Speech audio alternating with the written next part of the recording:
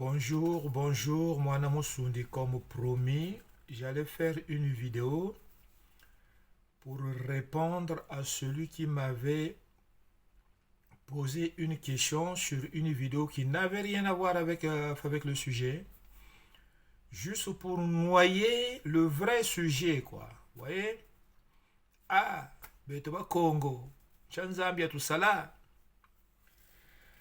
Donc, le sujet porte sur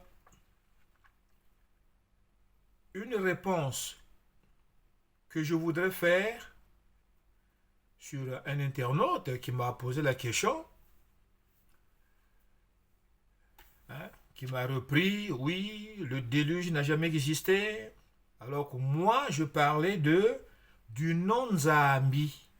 Hein. Le non-Zambi est une expression qui sera née dans le pendant du premier ordre mondial. Voilà le thème. Maintenant, pour avoir glissé l'expression déluge, tout le sujet est noyé là. Déluge n'a jamais existé. Vous voyez? Moi, je ne parle pas du déluge. J'ai mentionné le déluge. C'est différent. Mentionner un détail dans un sujet ne veut pas dire qu'on parle du détail. Hein? Donc, après avoir lancé ma vidéo, qui est vraiment intitulée Le non-Zambi est une expression qui sera née dans le pendant du premier ordre mondial. La réaction que j'attendais n'est pas celle qui colle avec le sujet. Mais pourquoi? Simplement pour avoir situé l'époque du premier ordre après le déluge. Chronique mésopotamienne de Jean-Jacques Glasner, la Bible, et je l'ai aussi mentionné là-dedans, Montou qu'il aurait pu être. Vous voyez? Le Montou qui aurait pu être, c'est mon œuvre. J'en suis l'auteur. Mais détail Congo dans les chroniques mésopotamiennes, détail Congo dans la Bible.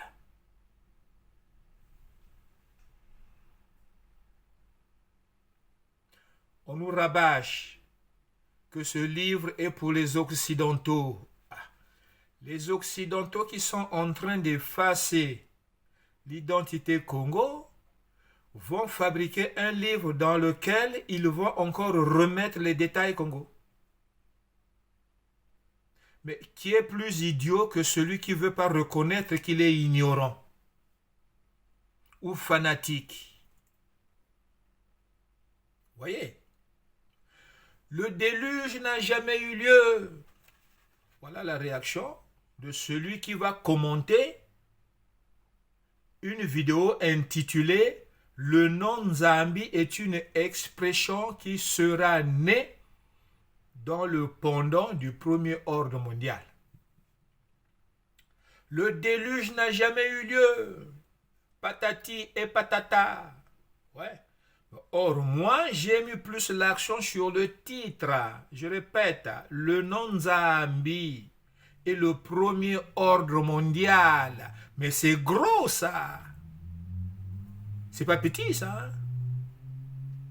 Hein? Le gros du titre est plus que gros. Donc, ce qui devrait susciter beaucoup de questions dans le cerveau de l'enfant Congo est plutôt noyé dans les débilités enfantines. Hein? Allez-y lire les contradictions qui noient le vrai sujet posté. C'est sur YouTube. Le titre est cité. Le non-Zambi est une expression qui sera née dans le pendant du premier ordre mondial.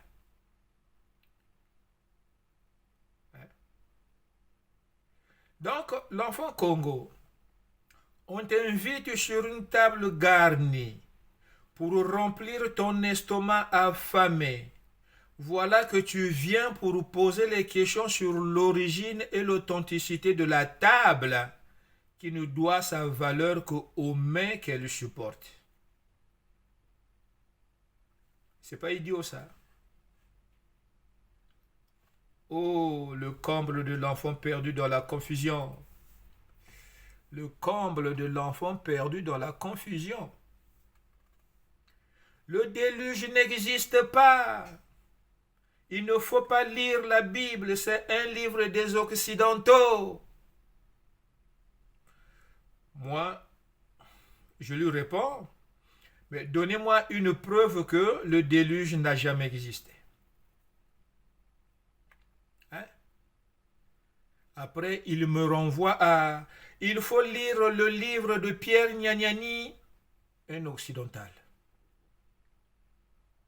Oui? Quelqu'un qui me dit il ne faut pas lire les livres des Occidentaux pour prouver que le déluge n'a jamais existé, il m'invite d'aller lire le livre d'un certain Pierre occidental.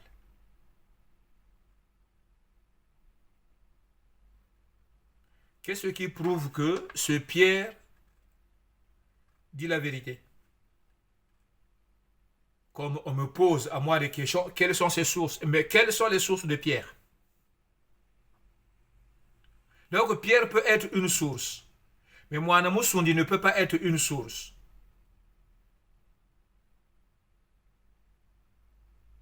Akaba ndombi tuvi kumpu na wasa. Hein? Moi, j'ai des preuves que le déluge existe. Le déluge a existé. J'ai des preuves.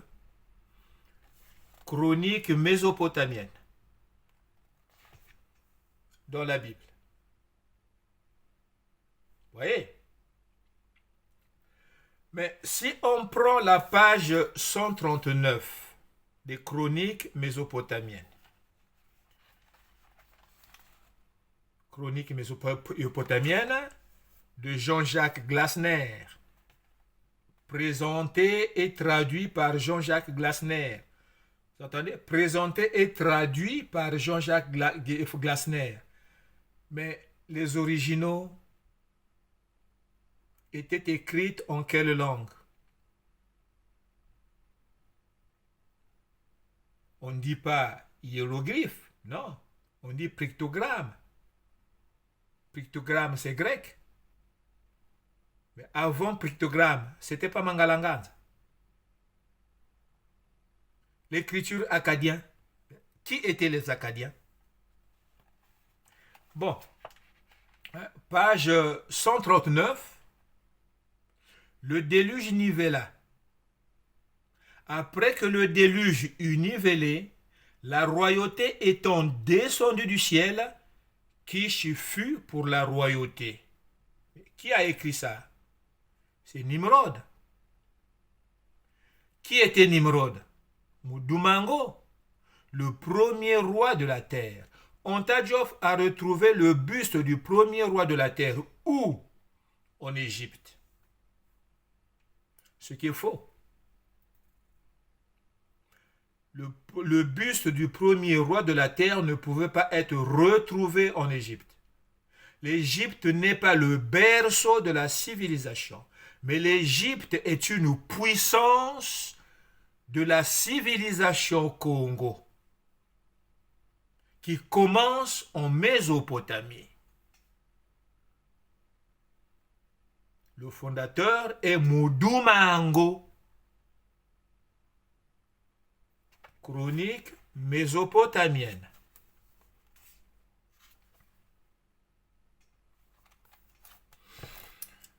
Donc, deuxième preuve, les scientifiques, après avoir pris connaissance du récit sur le déluge dans le chapitre 6, 7, 8 de la Genèse, Bible, ils vont se rendre sur le lieu cité par la Bible. Voyez-vous? Le nom de ce lieu, Mont Arara. Ce nom Ararat est cité dans le chapitre 8, le verset 4. Je cite, au 7e mois, au 17e jour du mois, l'arche se posa sur les montagnes d'Ararat. Fin de citation. Les scientifiques, après avoir lu ce passage, ils vont s'y rendre. Ou sur le mont Ararat. Mais ils vont trouver quoi? Des tas de bois assemblés avec du goudron pour assurer une étanchéité. Des morceaux de bois rassemblés pour assurer une étanchéité avec du goudron.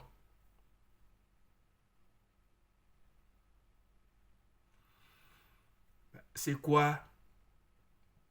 C'est l'épave d'un bateau au sommet d'une montagne appelée Ararat. Voyez-vous? C'est une preuve. Que va aller chercher un bateau au sommet d'une montagne? Était-ce un avion écrasé?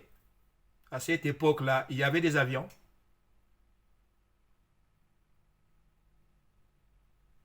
Peut-être que la sorcellerie de Noé était tellement forte qu'il avait construit une voiture en bois qui volait. Mais réfléchissons, mes frères. Hein? Donc, ça, c'est une preuve mise à jour grâce à la Bible. Ce livre de la Genèse qui garde une preuve d'un événement qui s'était produit en 1370 avant notre ère sera écrit par un certain Moïse, qui lui sera né en 1593 avant notre ère. Donc, plus de 700 ans plus tard, naîtra un personnage écrivain qui se servira de l'écriture Mangalanganza, l'écriture sacrée, réservée qu'aux initiés de la mythologie Congo, pour recadrer la version réelle de l'histoire humaine et le concept mondial. Voyez-vous, Moïse va se servir de cette écriture-là, qui était sacrée, pour recadrer la version réelle des faits. La première écriture Mangalanganza a permis d'écrire les Mangalanganza, la mythologie. Voilà. Plutôt, la première écriture Mangalanganza a permis d'écrire la mythologie. Mais Moïse va se servir de cette même écriture, il va casser le côté sacré pour écrire la réalité. Mais qu'est-ce qu'il dit? La version vraie de l'histoire donc sera écrite à partir de 1513. Cette version écrite, on le retrouve dans la Bible. Et c'est le travail de cette écriture se fera en 1513 après la chute de l'Égypte pharaonique, l'Égypte Congo, l'Égypte de la mer des jumeaux Mangoudi Congo. C'est dans cette Égypte que naîtra l'expression Luyalu qui veut dire l'État. Au Congo, Kinshasa, Brazzaville. Mais entre la naissance de Moïse en 1593 et la période de 2370 avant notre ère, qu'est-ce qui s'était passé?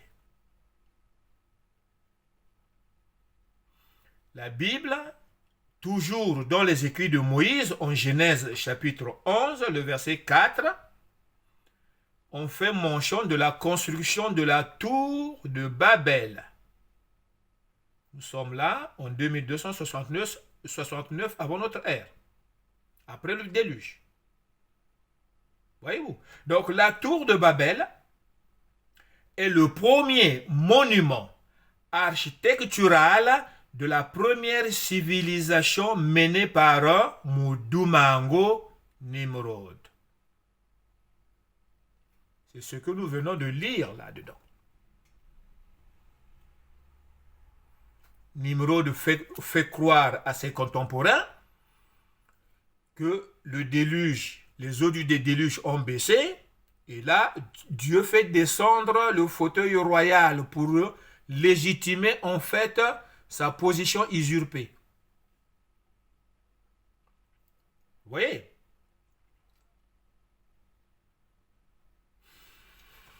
La deuxième, dans le deuxième livre, c'est les Chroniques. Mais le premier dans lequel on retrouve le déluge, ce sont les Chroniques. La Bible, ce n'est qu'après. Voyez-vous? Donc, comme je dis, ces documents sans anciens, ces documents très anciens, qui sont en fait les premiers manuscrits en écriture Mangalanganza, que les Grecs appelleront pictogrammes. Donc, ces Mangalanganza évoluant deviendront des hiéroglyphes en Égypte. Toujours avec les Grecs, hiéroglyphes. Mais comment les Congos appelaient cette écriture-là?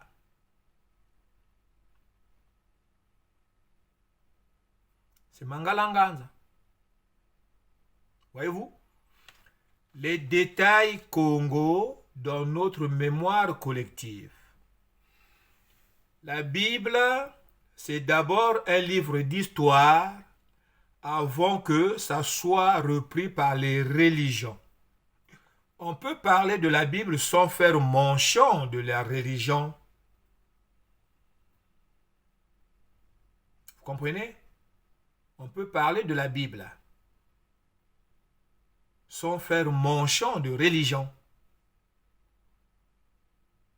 La Bible n'appartient à aucune religion.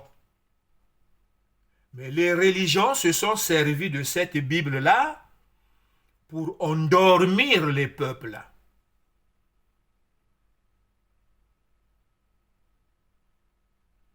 La Bible fut écrite pour recadrer l'historicité humaine, pour recadrer la psychologie détournée par les humains, pour recadrer le sens de la spiritualité que nous avons déformé. C'est tout. C'est tout.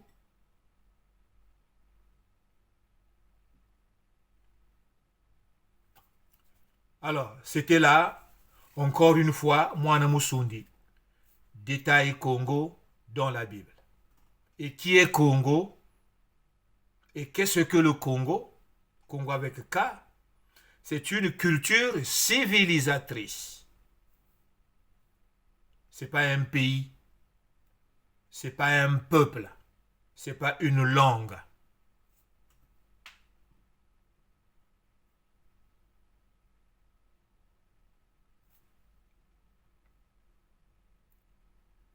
Mwana Musundi, qui cherche, qui gratte, qui trouve. Et lorsqu'il a trouvé, il partage.